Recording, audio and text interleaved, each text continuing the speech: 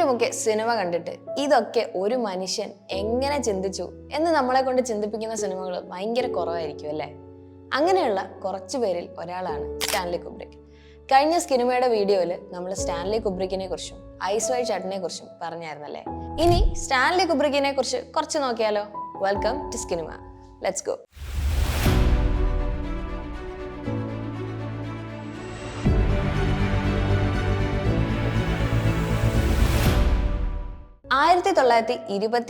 July 26 ന്യൂയോർക്കിലെ ബ്രോങ്സിൽ ജനിച്ച കുബ്രിക് ആദ്യമായി ക്യാമറ പിടിച്ചത് സിനിമയ്ക്കായിട്ടായിരുന്നില്ല, ഫോട്ടോഗ്രാഫർ ആയിരുന്നു കുബ്രിക്.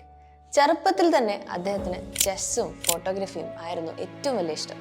ചെസ് കളിക്കുമ്പോഴുള്ള ആ ഒരു പേഷ്യൻസും മൂവ് കണക്ക് കൂട്ടുന്ന ശൈലിയും അതെല്ലാം പിന്നീടുള്ള അദ്ദേഹത്തിന്റെ സിനിമകളിൽ നമുക്ക് കാണാം. ഒരു ഷോട്ട് പോലും അദ്ദേഹം റാൻഡമായി വെറുതെ എടുത്തിട്ടില്ല. Every shot made sense. ഫോട്ടോഗ്രാഫറായി ലുക്ക് മാഗസീനിലാണ് അദ്ദേഹത്തിന്റെ കരിയർ തുടങ്ങുന്നത്. പക്ഷെ അവിടെ നിന്ന് അദ്ദേഹത്തിന് മനസ്സിലായത് ഒരു കാര്യമാണ്: ഒരു ഫോട്ടോ ഒരു മൊമെന്റ് പറഞ്ഞു തരാം, പക്ഷെ ഒരു സിനിമ ഒരു ലൈഫ് തന്നെ പറഞ്ഞു തരും. അങ്ങനെ പിന്നീട് ചെറിയ ഡോക്യുമെന്ററി സിനിമകളിലൂടെ കരിയർ സ്റ്റാർട്ട് ചെയ്തു. പക്ഷെ വളരെ പെട്ടെന്ന് തന്നെ ഹോളിവുഡിന് മനസ്സിലായി ദാറ്റ് ഈ മനുഷ്യൻ അത്ര സാധാരണക്കാരനൊന്നുമല്ല, നമുക്ക് അദ്ദേഹത്തിനെ സിനിമകളിലേക്ക് എന്തായാലും കൊണ്ടുവരണം. അങ്ങനെ അദ്ദേഹം പടങ്ങളിലേക്ക് വന്നു. ഇനി അദ്ദേഹം ചെയ്ത കുറച്ച് പടങ്ങളിലേക്ക് വരാം. 2001 A Space Odyssey. 1968 ഇറങ്ങിയ ഈ സിനിമ ഇന്നും കാണുമ്പോൾ ഫ്യൂച്ചർ പോലെ തോന്നും.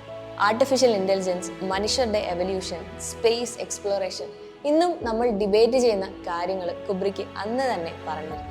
അറൌണ്ട് 2 മണിക്കൂറും 19 മിനിറ്റുള്ള പടത്തിൽ there are only a little less than 40 minutes of dialogue. Visuals ആണ് സിനിമയിലെ കൂടുതലും. സൈലൻസ് പോലും സംസാരിക്കുന്ന ഒരു സിനിമ. അടുത്തത് A Clockwork Orange. Violence, free will, മനുഷ്യന്റെ ക്രൂരത എല്ലാം ബോൾഡായി പറഞ്ഞ കുബ്രിക്കിന്റെ മറ്റൊരു സിനിമ. പല രാജ്യങ്ങളിലും ഈ ഒരു സിനിമ ബാൻ ചെയ്തു. പക്ഷെ ഇന്നും സിനിമ ലെസൺസ് എടുക്കുന്നവർക്ക് റെഫറൻസ് ആണ് ഈ പടം. പിന്നീട് ദി ഷൈനിങ്. ഹൊറർ സിനിമകളെ തന്നെ റീഡിഫൈൻ ചെയ്ത ഒരു ചിത്രം. ജാക്ക് നിക്കൽസന്റെ പ്രകടനം ഇന്നും ഐക്കോണിക് ആണ്. ഏറ്റവും കൂടുതൽ ശ്രദ്ധിച്ചത് ആ സ്റ്റോറിനേക്കാൾ കൂടുതൽ ആ ഐസൊലേഷൻ, സൈക്കോളജിക്കൽ ടെൻഷൻ, ഇതൊക്കെ എത്ര പെർഫെക്റ്റ് ആയി കാണിച്ചു എന്നതിലാണ്. ഹോട്ടലിന്റെ കോറിഡോർസ് പോലും കഥാപാത്രങ്ങളായി മാറുന്ന ഒരു സിനിമ. പിന്നീട് ഫുൾ മെറ്റൽ ജാക്കറ്റ്. വിയറ്റ്നാം വാറിനെ കുറിച്ചുള്ള ഒരു സിനിമ. യുദ്ധം ഒരു രാജ്യത്തിന്റെ രാഷ്ട്രീയം മാത്രമല്ല, ഒരു മനുഷ്യന്റെ മനസ്സിനെ എങ്ങനെ തകർക്കും എന്നതായിരുന്നു കുബ്രിക്ക് ഈ സിനിമയിൽ പറഞ്ഞത്. ആൻഡ് ലാസ്റ്റ്ലി, അവസാനമായി Eyes Wide Shut. Desire, marriage, secrecy, അങ്ങനെ മനുഷ്യബന്ധങ്ങളുടെ മറഞ്ഞിരിക്കുന്ന ഭാഗങ്ങളെ തുറന്നു കാണിച്ച ഒരു സിനിമ. ഈ സിനിമ പൂർത്തിയാക്കി കുറച്ച് ദിവസങ്ങൾക്ക് ശേഷം 1999 മാർച്ച് 7 കുബ്രിക്ക് അന്തരിച്ചു. ഒഫീഷ്യൽ മരണ കാരണം പറയുന്നത് ഹാർട്ട് അറ്റാക്ക് ആണെങ്കിലും സിനിമയുടെ വിഷയത്തെ ചുറ്റിപ്പറ്റി പല കോൺസ്പിറസി തിയറീസും പിന്നീട് വന്നിരുന്നു. ഐസ് വൈറ്റ് ഷട്ടിന്റെ വീഡിയോയിൽ നമ്മൾ അതൊക്കെ പറഞ്ഞിട്ടുണ്ട്. If you haven't watch that video yet, go watch. Kubrick ഒരു പെർഫെക്ഷനിസ്റ്റ് ആയിരുന്നു. ഒരു ഷോട്ട് 100 കണക്കിന് തവണ വരെ ടേക്ക് പോകും. ആക്ടേഴ്സ് വരെ മെന്റലി എക്സോസ്റ്റഡ് ആവും എന്നൊക്കെ പറഞ്ഞു കേട്ടിട്ടുണ്ട്. പക്ഷെ അതിന്റെ റിസൾട്ടോ ടൈംലെസ് സിനിമ. അദ്ദേഹത്തിന്റെ ഓരോ സിനിമയും വ്യത്യസ്ത ജോണറിലായിരുന്നു എടുത്തത്. വാർ, ഹൊറർ, സൈഫൈ, സൈക്കോളജിക്കൽ ഡ്രാമ, അങ്ങനെ കുറെ. പക്ഷെ ഒരു കാര്യം എല്ലാത്തിലും കോമൺ ആണ്: മനുഷ്യനെ ഡിസെക്ട് ചെയ്യുന്നത്.